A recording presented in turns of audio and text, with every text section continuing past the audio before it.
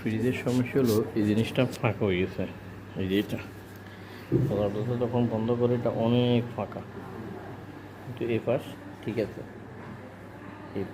এই পাশটা একেবারে ফাঁকা।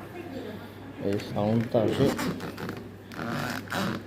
এইরকম সাউন্ড করতেছে। যখন এটা উপরে উপরে শব্দ আসে তখন এটা মিলে যায়, যখন এটা সারে তখন এটা এই যে এই আওয়াজগুলো এখন এইভাবে করে। এটা এই যে এই আওয়াজটা করতেছে, এটার মূলত কারণ হলো এই যে স্প্রিংটা নামার পরে শেষ পর্যায়ে যাইতেছে না।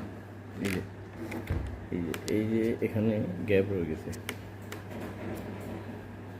এই জায়গায় স্প্রিংটা এখানে পুরো আসে নাই।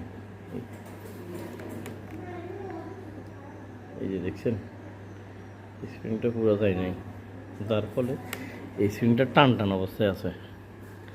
টান থাকার কারণে দরজাটা পুরো যাইছে, কিন্তু এই সাইড ঠিক আছে, এই সাইড একেবারে মিলে গেছে।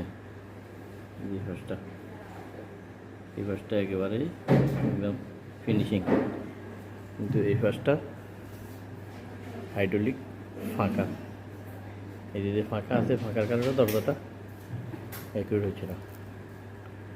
ঠিক আছে, তো এটা কি করা যায় আমাদের, আশা করি স্যার আমাদের বলবেন। ওকে,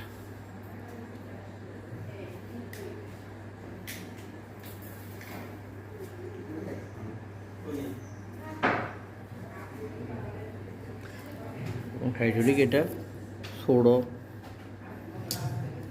এবং হাইড্রোলিক এটা একটু বড়। তার কারণটা কি?